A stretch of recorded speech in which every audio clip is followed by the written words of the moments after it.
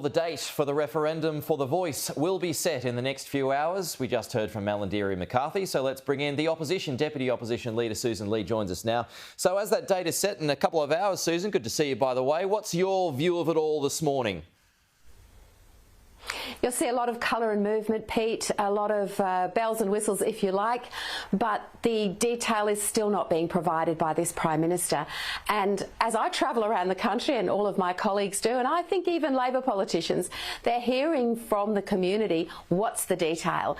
Because unless Australians understand that detail, I think they're going to be hesitant. So my appeal to anyone watching is seek out the detail. You might find it. I certainly haven't. And unless the Prime Minister can provide it, then launches and campaigns and music and dancing are not actually going to cut it, because Australians need to know seriously how this will fundamentally change the Constitution and what that will mean for the real outcomes they seek. Well, I mean, agree with it or not, but I mean, a lot of the detail comes after the actual referendum, you know, which is what a lot of people disagree with. But is that the point that you're trying to make there?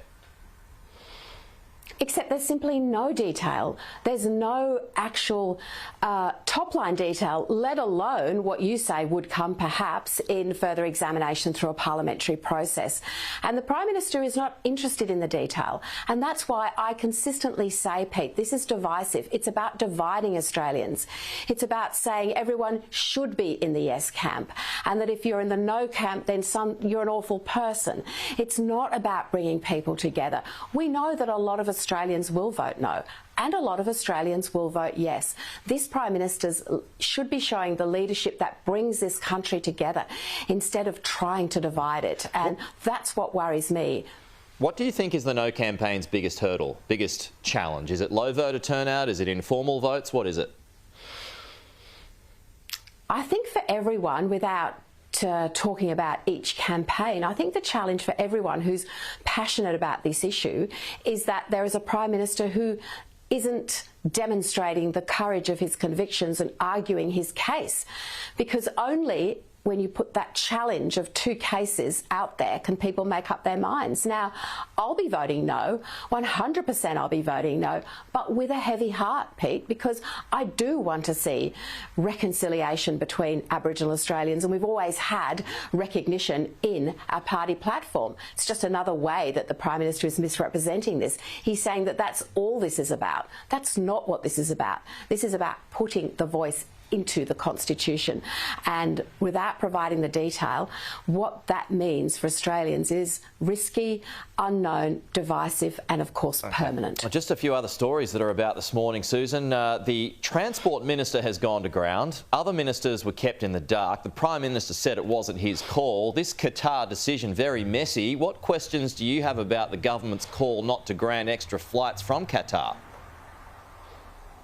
This is a disgrace, Pete. I mean, this really is 21, I think, additional flights a week, actually giving Australians access to cheaper flights overseas, which they completely deserve and should be able to take. What is this special relationship between this government and Qantas? What's going on here?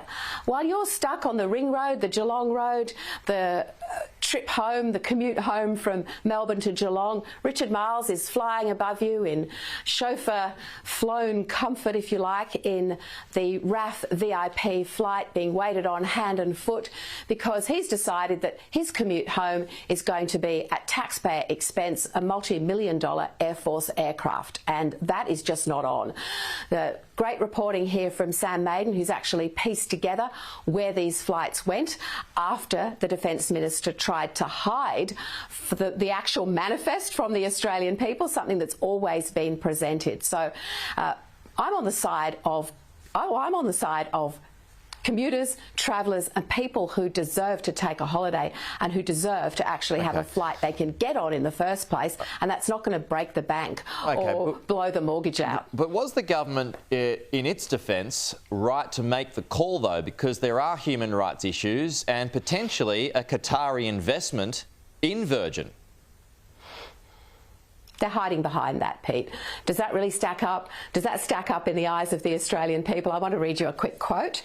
The notion of being so out of touch with how the rest of the country goes about life is one of the biggest breaches of faith a politician can commit.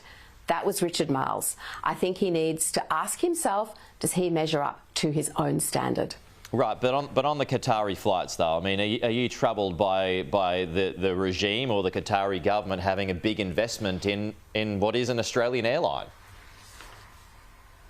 Sounds like excuses from this government, and then we had the Prime Minister handball it all to the Transport Minister.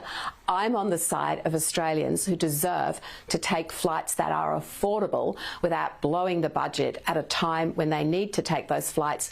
Business is picking back up all over the world. People deserve a holiday, and what, as I said, is this really extraordinary and special relationship between this government and Qantas that is causing this situation for ordinary Australians? That's the question that needs to be asked and answered. Okay, we will leave it there. Thank you for your time.